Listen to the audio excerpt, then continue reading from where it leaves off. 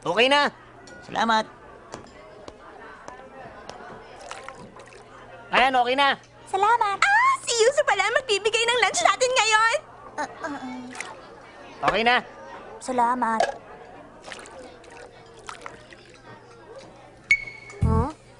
Okay na.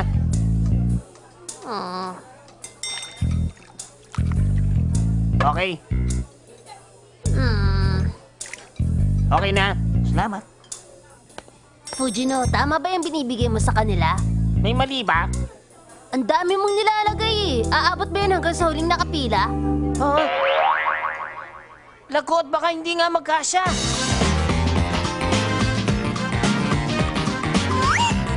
Laging nagpaplano si Yuzu! Paano na yan? Ano kayang pwede nating gawin? Sige na, tutulungan kita. Tignan mo, nagpalit ng pwesto sina Yuzu at Fujino. Oo nga, no? Ano kayo nangyari? May 10 pang nakapila. Pero ito na lang natitira para sa kanila. Meron akong malaking responsibilidad ngayon. Dapat mapagkasya ko to sa 10 tao. Kung hahatiin ko to sa 10 tao. Okay, ganito kadaming ibibigay ko sa bawat isa. Yan. Salamat. Okay na. Salamat. Okay. Salamat. Ang saya-saya ko si Yuzu ang nagbigay ng lunch. Gusto ko na lang tignan at huwag nang kainin. Naman, nagbigay lang siya ng pagkain gaya din ang ginawa niya para sa iba. Alam mo, kahit na lalaki si Yuzu, napakamitikuloso niya. Bihira ang tulad niya. May carrots, may onion, may pork, lahat ng sahog nandito. Kompleto lahat, ang galing niya. Oo nga. Buti naman masaya ka, Kawashima. Okay.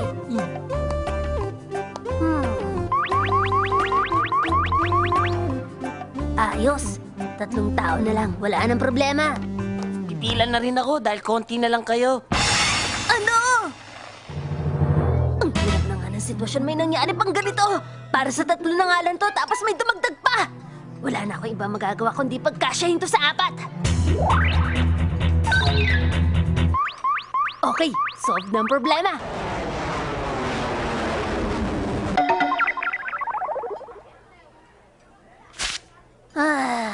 Maraming salamat, Yuzu. Sa wakas, natapos din. Alam mo ba na hindi halata na may napagplanuhan ka na para sa mga bagay na gaya nun? Ang galing mo! Ganun ba? Yung iba nga, hindi maiisip yun eh. Tara, kumain na rin tayo. Ay, ingat ka. Kita tayo bukas. Yuzo, gusto mo ba pumunta doon sa video shop doon sa harap ng train station bago tayo umuwi? Yung bagong bukas na video shop ba yun? Oo, balita ako, napakadami daw videos at comics doon. Dami pagpipilian. Okay.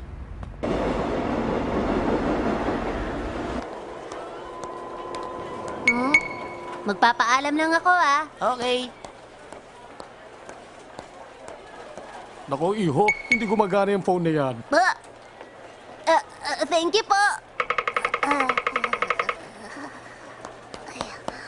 May problema ba?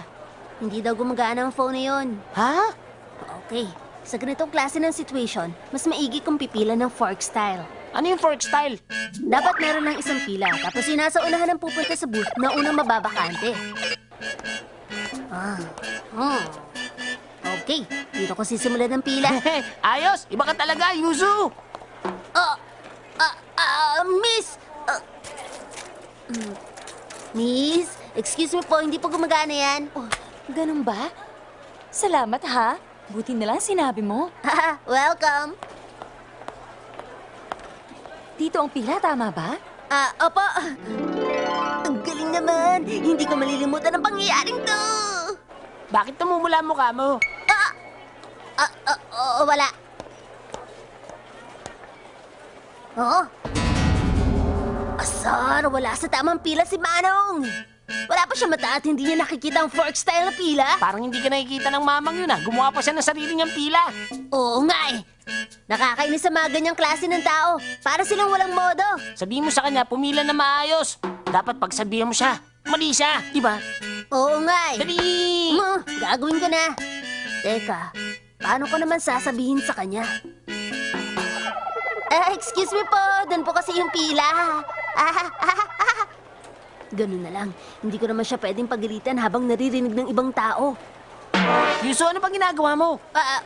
Wala naman. Kung titignan mo yung pila, dapat yung babaeng nakapila sa likod ko ang magsasabi sa kanya. Hindi. Ako nakapansin nito, kaya ako ang dapat magsabi. Okay, Yuso, tutunganga ka na lang ba dyan? okay, magsasabihan ko na siya. Pero teka, kung pagsasabihan mo siya sa dapat niyang gawin, alam ba naman niya kung ano yung fork style ng pagpila? Mukhang problema nga yun. Ay, Mukhang wala talaga siyang manners. mukhang hindi siya madaling makaintindi. Eh paano kung habang nag-uusap tayo dito, ang taong yan pa mas mauunang gumamit ng phone? Nakakainis yun, hindi yun fair sa mga nakapila. Hindi ko hayaan mangyari yun. Kung ganun, dapat na siyang pagsabihan. Ngayon na, lalo lang tayo nagtatagal dito eh. Ha? Ikaw ang magsasabi? Hindi ako ikaw. Ay, akala ko naman nag-volunteer ka na. Lakasan mo, lo mo. Di ba ikaw nag-suggest ng fork style na pagpila? Dapat magpakalalaki ka na at sabihin mo sa kanya na pumila ng tama. Oo, tama. Correct ka dyan. Ay, natatakot lang kasi ako na baka mapahiya ako pag hindi niya ako pinansin eh. Dali, Yuso, gawin mo na. Tandaan mo, kakampi mo ang hustisya. Sige, kaya mo yan.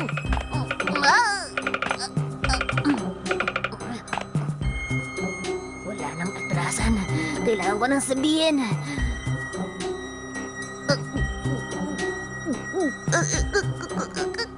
Excuse me po! Doon ang pila! Oh?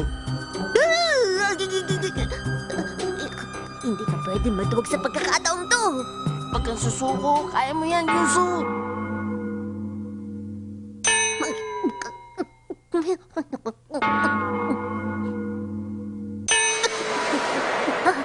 Kailangan ka pong sabihin. Doon po kami nakapila!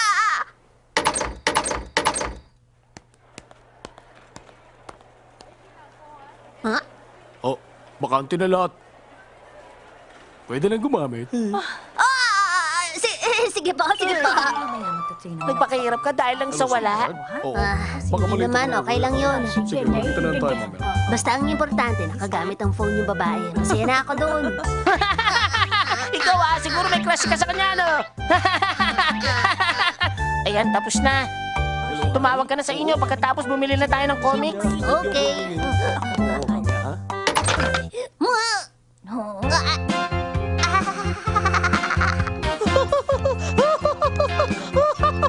Naman, nakakapagod na to. Ayoko na. Ata Shinji! Ata Shinji! At Shinji! Ata Shinji! Ata Shinji!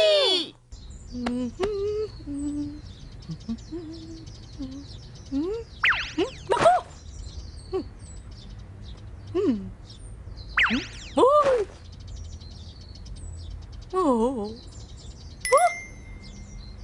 Napakaganda ng mga pulang rosas. Napakagandang pagmasdan.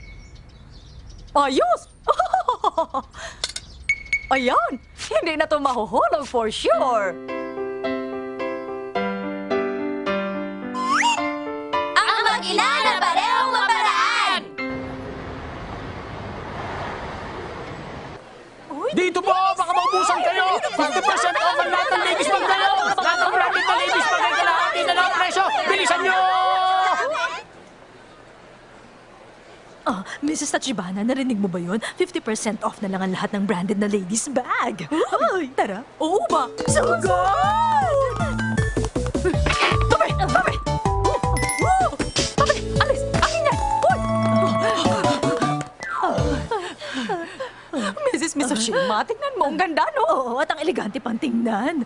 Pero, masyado yatang mahaba yung strap. Oo nga, no? Subukan mong i-adjust yung strap sa ibang butas. Pero ito na yung huling butas eh. Wala na to iiksi pa. Ay, sayang naman.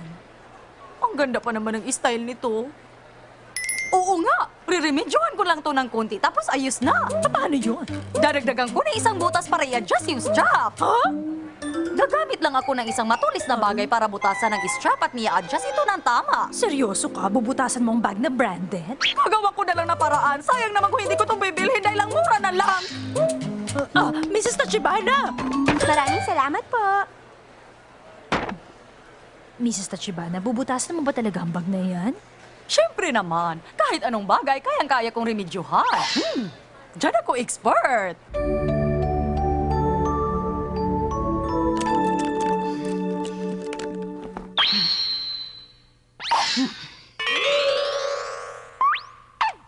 Dito na nga. Magiging sakto na ang haba ng strap nito. Iba na talagang maparaan. Woo!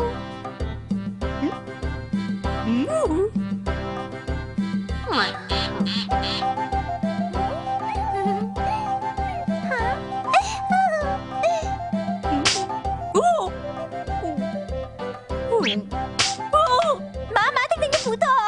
Oh, Oh! ano po ginagawa niyo? Oh?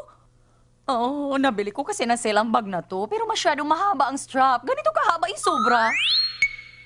Over naman ang haba niyan. Parang latigo nga sa haba eh. Look! Umahampas nga sa akin, oh! Patingin po.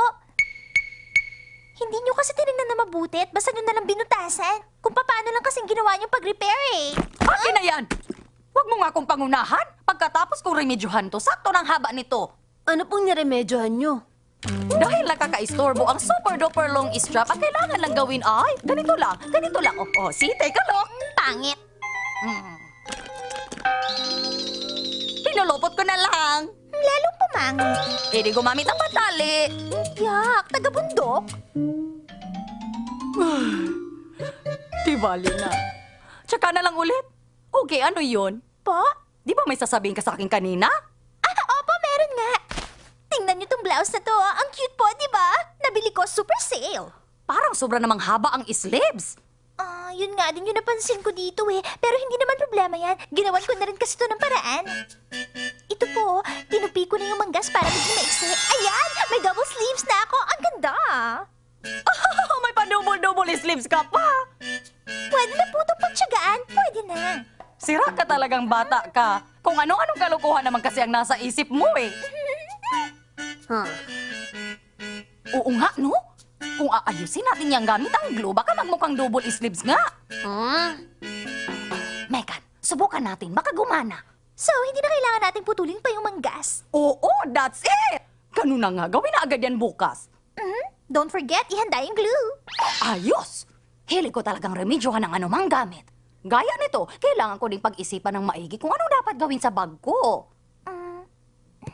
Magagawan pa po yan ng paraan. Oo nga.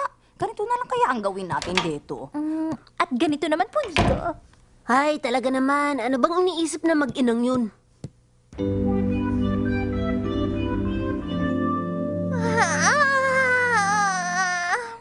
Ang slow ko naman. Experience. Paano ko kaya basahin to? Tingnan ko nga sa dictionary. Simula sa letter E. Dumudulas ang kamay ko. Okay, ganito na lang. Tikit-tikit yung papel. Hindi ko mapaghiwalay. Ang hirap namang ilipat ng dictionary dun sa page na kailangan kong buksan. Alam ko na. Pag medyo gusot nga pa ng pages gaya nito, mas madali na itong ilipat. Kung ganon, ang letter E ay... Ayan, ang bilis! Ayos, isa akong genius! Ang galing ko, no? Naisip ko yon. Oo nga, kung lahat ng page lalagyan ko ng konting gusot, mabilis ko na itong maililipat sa susunod. At kung mas mabilis ilipat yung mga page, mas mabilis din ako makakapag-aral.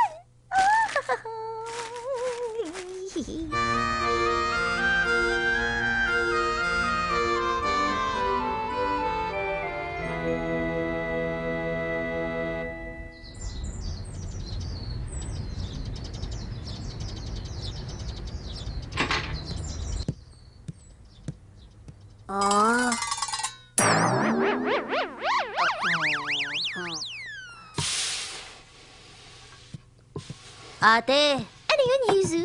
gusto ko kasing humiram sa'yo ng dictionary kaya pumasok ako sa kwarto mo. Pumasok ka doon na hindi ka man lang nagpapaalam. Ate, ano ba nangyari dito? Gusto ko kasing mailipat ng mas madali yung pages ng dictionary kaya ginusot ko lahat. Tapos naging ganito ang itsura. Ha? Hindi na nga flat to eh. Ang hina mo talagang bata ka. Kung ganito ka kapal ang dictionary, paano mo ito malalagay sa bag mo? Oo. Alam ko na. Ano kaya kung lagyan ko ng tali Okay na? Oo nga, Mekan. Tama yan. Nakakabit pa yung tali. Ibuhol natin ng ganito, ha? Mukhang pwede po yan. Ano kaya kung dito naman? Oo nga. Bahala sila. Pareho naman sila maparaan eh.